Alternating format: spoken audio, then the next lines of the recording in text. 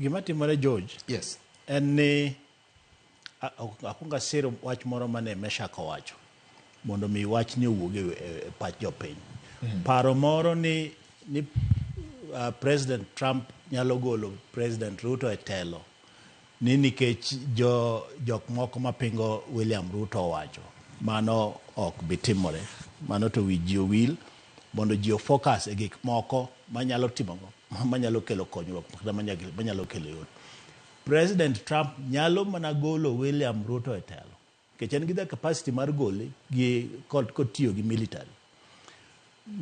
Ka William Ruto ochako timo gik moko mahinyo jo Amerka kata mahinyo Amerka directly, kata mahinyo nego jo Amerka, riembo jo Amerka, maketho interest mag Amerka. To mago gin gik ma President William Ruto ok nyal timo. Nikech wan bende kata kaka Kenya, wan bende wan gi interest. Wang'eni wan gi jo Kenya malao chigni mana 150,000 mana Amerka.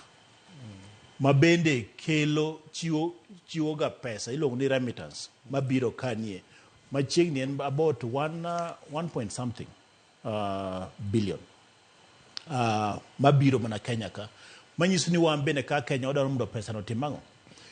Gima chendo ma Trump nowacho iwinjo kitiyo gi kisungu moro ni illegal immigrants manyiso ni gin jok modhi Amerka e yo ma ok chik mar Amerka otimango oyiego.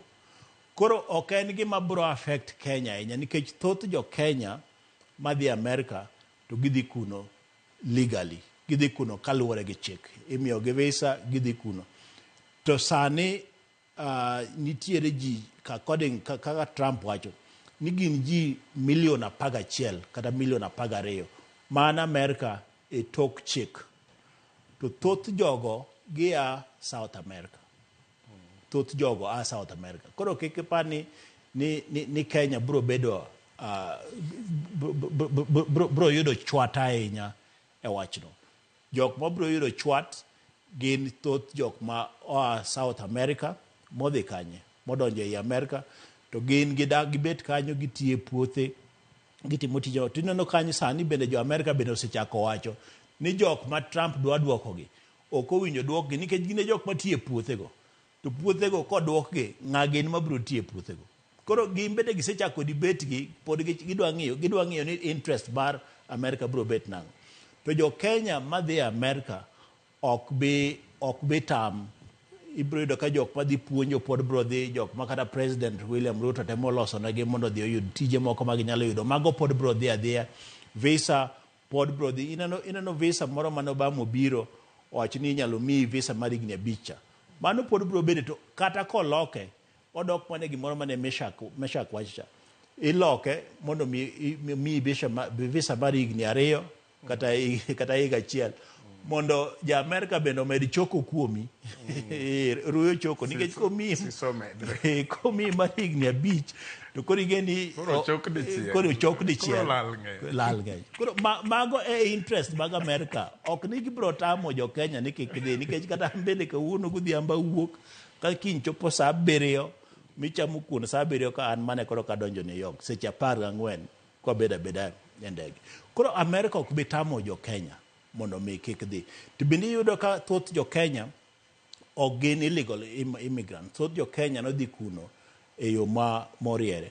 To ji 1-2 mabet ni bende odhi e tok chik nikech Amerika bende kia Kenya ka ok dhi e tok chik.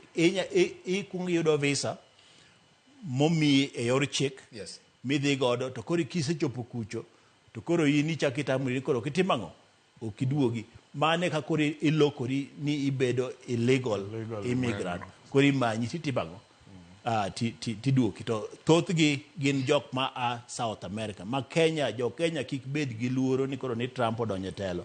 Koro wan dhi America ok bi timore. America pod bro dhi. Dog neno kanyo Meshak wa South Korea wa China. Nyo no senyisa ka ni odwaro mondo alos ne akonye mondo oyud visa ma America. En gimoro mano wacho